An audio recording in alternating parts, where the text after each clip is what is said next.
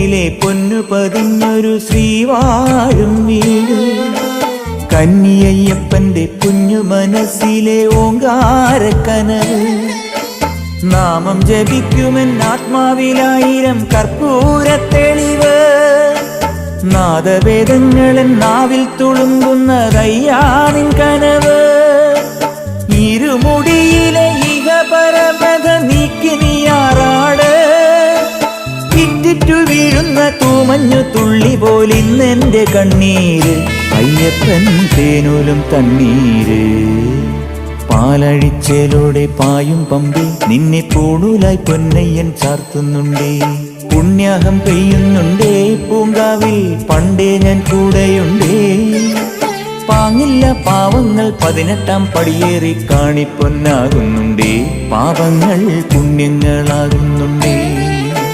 പിന്നെയോ അങ്ങനെ കുറേ നാളത്തെ ഒരാഗ്രഹമായിരുന്നു കേട്ടോ കേരള പഴനി പോകണമെന്ന്. നമ്മൾ അങ്ങ് തമിഴ്നാട്ടിലോട്ട് പഴനിക്ക് പോകാറുണ്ടെങ്കിലും നമ്മുടെ കേരളത്തിലെ പഴനിക്ക് ഇതുവരെയായിട്ടും പോകാൻ സാധിച്ചില്ലായിരുന്നു.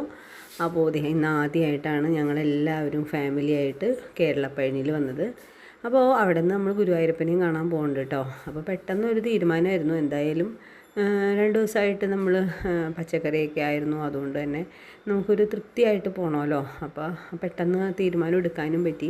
ഇപ്പോൾ നമ്മളിപ്പോൾ കുറച്ച് ഇങ്ങനെ ഇടയ്ക്കിടയ്ക്ക് ഇങ്ങനെ നൊയമ്പുകൾ എടുക്കണോണ്ട് തന്നെ നമുക്കിപ്പോൾ നോണിനോടുള്ള ആ താല്പര്യം കുറയുന്നുണ്ട് കേട്ടോ. ശരിക്കും ഞാൻ വിചാരിച്ചിട്ടുണ്ട്, അയ്യോ ഈ നോണൊക്കെ എങ്ങനെ നിർത്തുക, നമ്മളിങ്ങനെ ഭക്ഷണം ഇങ്ങനെ ഇഷ്ടപ്പെട്ടതൊക്കെ ഉപേക്ഷിക്കാൻ പറ്റുകയെന്ന്. പക്ഷേ നമുക്ക് സാധിക്കാത്തതായിട്ടൊന്നുമില്ല കേട്ടോ. നമ്മൾ ആഗ്രഹിച്ചിട്ടുണ്ടെങ്കിൽ അതെപ്പോഴെങ്കിലുമൊക്കെ സാധിക്കും. അപ്പോൾ പതുക്കെ നമുക്ക് ഇഷ്ടമുള്ളതൊക്കെ നമ്മളിങ്ങനെ ഒഴിവാക്കിക്കൊണ്ടിരിക്കാൻ പറ്റുന്നുണ്ട്.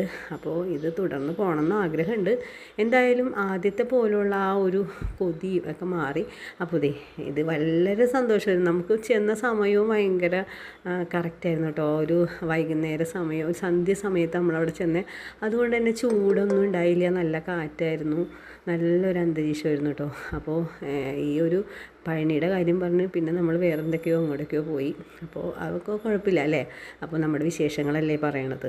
അപ്പോൾ ഇത്രയൊക്കെ ഉള്ളൂ ഇന്നത്തെ ആ ഒരു ഷോട്ടിൽ വരുന്ന വിശേഷങ്ങൾ. അപ്പോൾ എല്ലാവരും ഒന്ന് പോകട്ടെ നമ്മുടെ കേരള പഴനി കാണാനായിട്ട്. അപ്പോൾ ഓക്കെ, അടുത്ത വീഡിയോസായി കാണാം.